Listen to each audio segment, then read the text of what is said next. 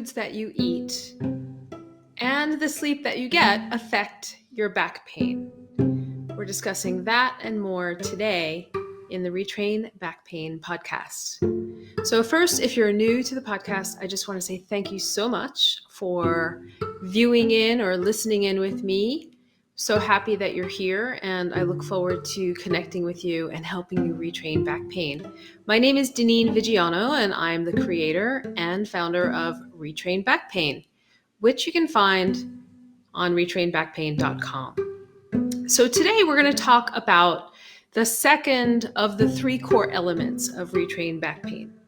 So the program is based on these elements. The first is retraining how you think, how you eat, and how you move. And so I think in traditional back care, it's mostly a mechanistic approach, right? So you hurt your back, or you get an x-ray and you've got a herniated disc or something, and you go see a doctor, a chiropractor, or a physical therapist to fix you, right? And very often the protocols involve exercise. That's great. But it's not all there is that you can be doing to help your back. So today we're going to touch on this second core element, the eat element, which really is more of a lifestyle concept. And so retraining how you eat has profound impacts on everything, right? So your nutrition, your hydration, the other parts of the eat component of the Retrain Back Pain program, it's more of a lifestyle umbrella. So we also include your rest, your recovery, and nutritional supplementation if you choose to do so. So here's the thing. Your spine runs through the center of your body. As such, your spine also is the backbone for all of your internal organs. So it makes sense that the foods that you eat and your level of nutrition or lack thereof has a profound impact on your back. So there's lots of things that can affect your nutrition and how your back is doing with your nutrition.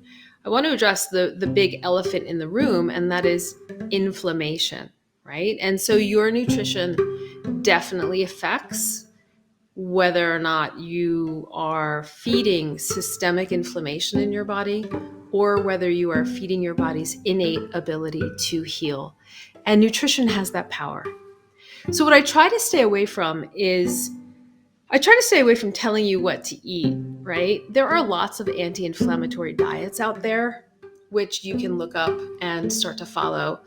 The link between inflammation and your back is that systemic inflammation exacerbates your pain sensitivity. So it's sort of like a game of Jenga, where there's the little blocks that you stack up one on top of the other. And then at some point, when your block tower gets too heavy or too unwieldy, it topples over. So your body's ability to fight inflammation is sort of like that. So if you've got hay fever and you're not sleeping well, and then you're eating a lot of foods that stir up your body's inflammatory processes, you have less resources available to heal whatever is happening in your back, right? And so you've got an inflammatory overload, and your body doesn't have enough system resources to divert to let's help the back out. So that's sort of the cornerstone of the nutrition, hydration portion of eat. Also inherent in eat is that certain foods that we eat can aggravate our stomach. So if you feel like you get bloated, extra tired, brain fog, hiccups, have to go to the bathroom immediately, or find that you're constipated, any foods, by the time you're an adult, by the time you're in your 30s and 40s or beyond, you kind of have a good idea of which foods aren't agreeing with you. And there are some biggies. But there's also, each of us individually develops a sensitivity to certain foods. Maybe it's not an allergy. Maybe it just doesn't agree with you. So I would say Avoid those foods that you already know aren't serving you personally. The big ones that I can point to right now, for sure the biggest one is sugar. So all added sugars, cookies, cakes. If you want to get a little bit more vigilant about it, you can look at the ingredients in some of your processed foods like ketchup and packaged foods, and you'll find sugar in those as well, especially packaged breads. Sugar is hiding in a lot of places, and it is definitely the number one food that sets your inflammatory processes aflame. So sugar's an easy one that you can start to target to cut out. And my suggestion is start slowly, right? It doesn't have to be an all or nothing. Hydration is the next topic we're going to address here. And we all know we should be drinking more water, right? But maybe we don't. So one of the things that I coach my clients to do that helps us drink more water is replace any sugary beverages that you're already drinking, whether it's orange juice in the morning or tea with sugar or iced tea bottled from the market. Replace those sugary beverages with water. And definitely if you're drinking soda, even if it's diet soda, you want to replace that with water. Now I know a lot of people don't really dig drinking water. If you want to make your water more palatable, go ahead and add some cucumbers. You can add blueberries or orange slices to your water, right? You can make your water a little bit more flavorful. You can add sprigs of mint. There's lots of creative ways to make your water more palatable. Additionally, I find that it's really helpful to have a container that you enjoy drinking water out of. Like if there's a stainless steel thermos, I drink a lot more water out of that than I do out of one of my kitchen glasses. First of all, it stays cooler longer, and I just like the mouthfeel of sipping through a stainless steel container. So figure out which container for you is most pleasant to drink out of and put your water in there, and then see if you can track throughout the day how much water you're drinking. I'm not going to give you any recommendations, but just drink more water than you're currently drinking, and that's a good start. Finally, rest and recovery. And so these are, when I ask my clients, what are you currently doing for your back? Very few of them mention rest as a viable tool. But it's a viable tool. It is a tool, and you should have a very robust toolkit so that it's not the only tool that you have, right? One of the mistakes we make is that our back hurts and we rest too much because we're afraid to do anything else because we don't know what's going to piss off our back, right? Have you been there? I know, I've been there too.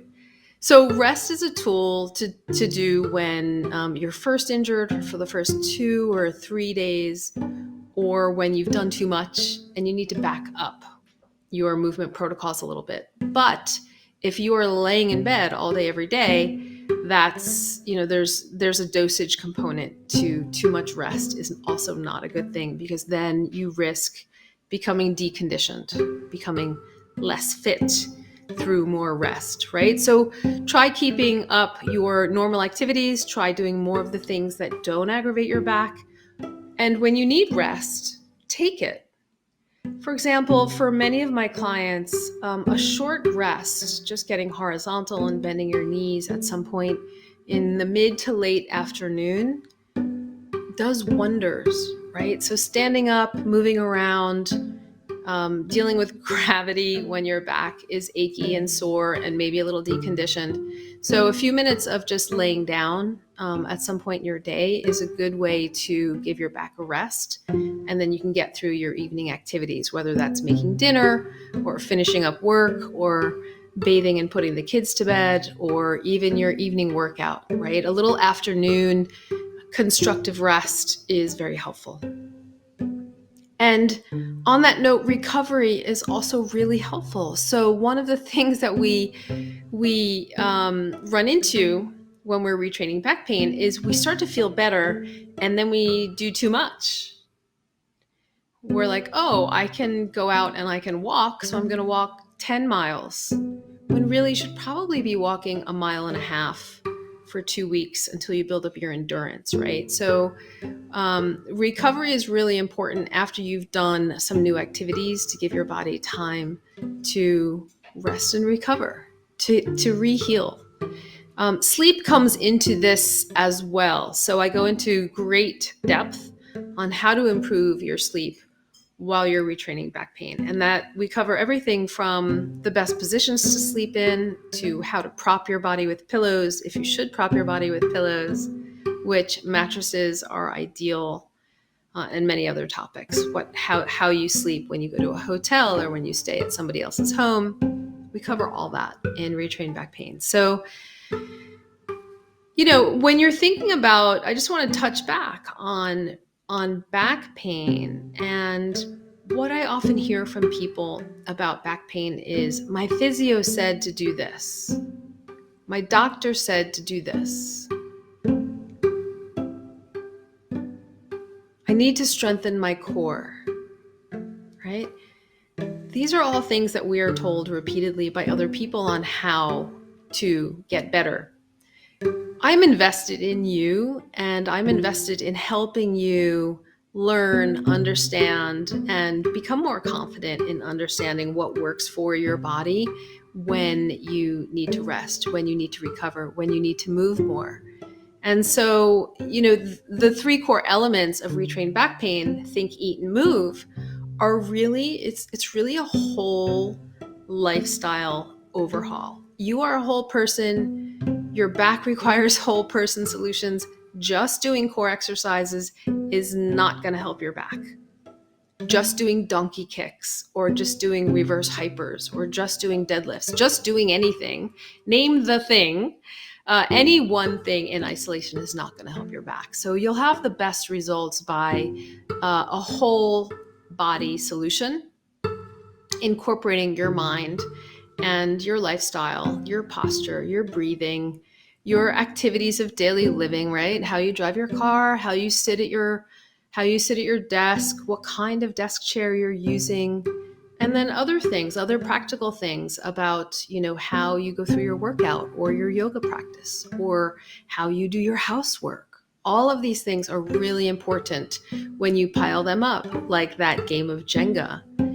So it's important to understand and to start to make incremental changes in many aspects of your life.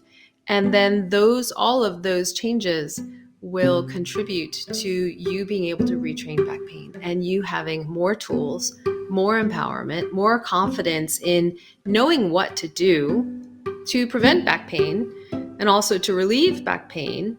And then just to be able to manage your body and your life and your health on an ongoing basis. And that's what this is all about.